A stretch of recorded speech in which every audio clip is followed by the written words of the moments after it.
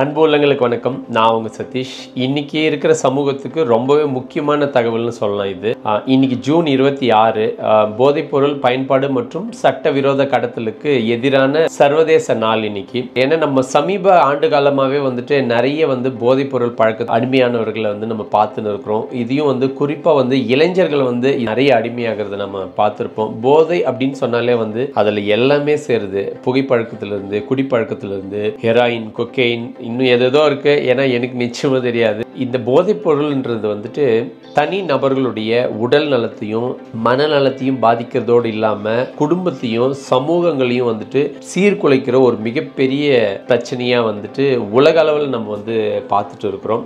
இந்த மாதிரியான போதை பழக்கத்துக்கு ஆளாயிட்டு நிறைய பேர் அவங்களுடைய எதிர்காலத்தையே இழந்துட்டு இருக்கிறத நாம தொடர்ந்து நம்ம பார்த்துன்னு இருக்கிறோம்.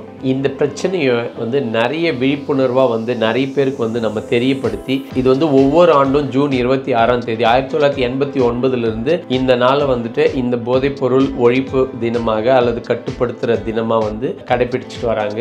இதை பத்தின நிறைய விழிப்புணர்வு மக்கள் மத்தியில நம்ம கொண்டு போய் சேர்க்க வேண்டிய தேவை இருக்கு. ஏன் இந்த நாள் இவ்வளவு முக்கியம் அப்படின்னு சொல்றோம் அப்படின்னா, பொதுவா போதைப் பொருட்களுடைய அதனுடைய தீமைகள், அதன் விளைவுகள் மற்றும் போதைக்கு அடிமையாவதற்கான காரணங்கள் குறித்து பொதுமக்களிடையே, குறிப்பாக இளைஞர்களிடையே நாம இது விழிப்புணர்வு ஏற்படுத்துவது இந்த நாளோட மிக முக்கிய நோக்கமா இருக்கு. போதைப் பொருள் பயன்படுத்துறதுனுடைய உடல் மற்றும் மன பாதிப்புகளுக்கு வழிவகுக்குது. இந்த நாள்ல போதைக்கு அடிமையானவர்களுடைய சிகிச்சை மற்றும் மறு வாழ்வு ஆதரவு சேவைகளின் அவசியம் வலுப்படுது. சட்டவிரோத கடத்தல் எதிர்த்து போராடுதல். போதைப் பொருள் கடத்தல் சட்டவிரோத குற்றம் அப்படின்னும், இது வன்முறையா ஒழுங்கமைக்கப்பட்ட குற்றங்கள் மற்றும் பிற சட்டவிரோத செயல்களுக்கு வழிவகுக்குது. நீங்க ஏன்னா இந்த போதையில மக்கள் நிறைய பிரச்சனைகளுக்குள்ள ஆகிறாங்க. இதனால நிறைய வன்முறைகள் ஏற்படுது.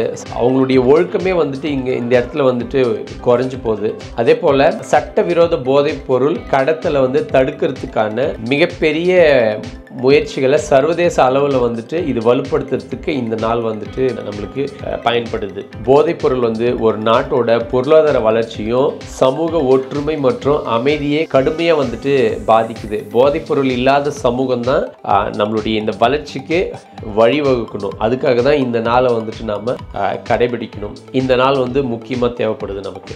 இந்த போதைப் பொருள் உலக அளவில் 200 மில்லியனுக்கும் மேற்பட்ட மக்கள் இதை பயன்படுத்துறாங்கன்னு சொல்லி ஐநா அறிக்கையில தெரிவிக்கப்படுது. இதனால பெரும்பாலான இளைஞர்களும் நிறைய கவலைக்குரிய விஷயமா பார்க்கப்படுது. அதே போல இந்த போதைப் பொருட்கள் அதிகமாகிறது பெரிய சவாலாகவும் இருக்குது.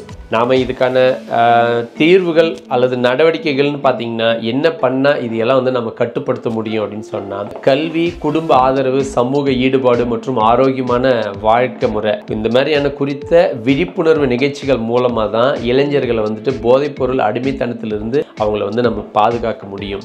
போதைக்கு அடிமையானவங்களை மருத்துவ சிகிச்சை, மனநல ஆலோசனை மற்றும் மறுவாழ்வு மையங்கள் மூலமா தேவையான உதவிகளை அவங்களுக்கு நம்ம கொடுத்து இதுல இருந்து அவங்கள நம்ம சரிப்படுத்தணும். இந்த போதைப் பொருள் கடத்தலை தடுக்கிறதுக்கு கடுமையான சட்டங்கள் அமல்படுத்தணும். சர்வதேச ஒத்துழைப்பு இதுக்கு ரொம்பவே அவசியமா இருக்கு.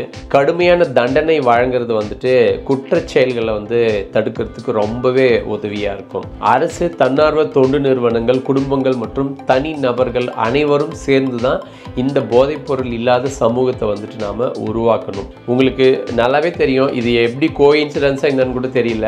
ஒரு 2 நாளைக்கு முன்னாடி நடிகர் ஸ்ரீகாந்த் அவர்கள் இந்த போதை பழக்கத்துல அரெஸ்ட் ஆயிருப்பாரு, ஒரு பயன்படுத்தியா சொல்லி.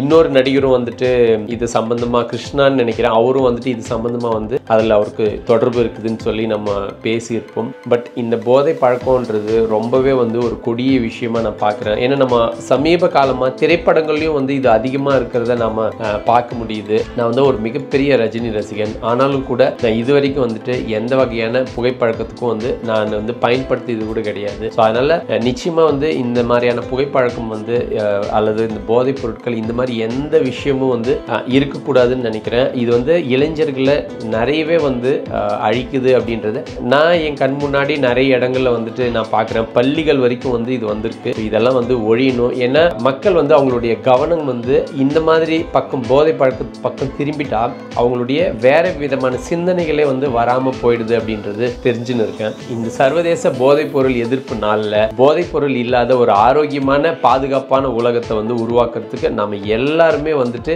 ஒன்றிணைந்து செயல்படுவோம் என நம்ம உறுதி எடுத்துக்குவோம். கட்டாயமாக இந்த காணொலியை நிறைய பேருக்கு வந்து பகிர்ந்து விடுங்க. அப்பதான் வந்து இந்த செய்தி நிறைய பேருக்கு தெரியும். போதைப்பொருள் இல்லாத இந்த உலகத்தை வந்து நம்ம உருவாக்கணும். அடுத்து வர தலைமுறை வந்து இந்த மாதிரியான விஷயங்கள்ல அவங்க வந்து சீர்கெடக்கூடாது அப்படின்றதான் நம்மளுடைய நோக்கம். அதனால கட்டாயமா இந்த காணொலியை நிறைய பேருக்கு பகிர்ந்து விடுங்க. மீண்டும் ஒரு நல்ல தகவலோட உங்களை சந்திக்கிறேன். நன்றி.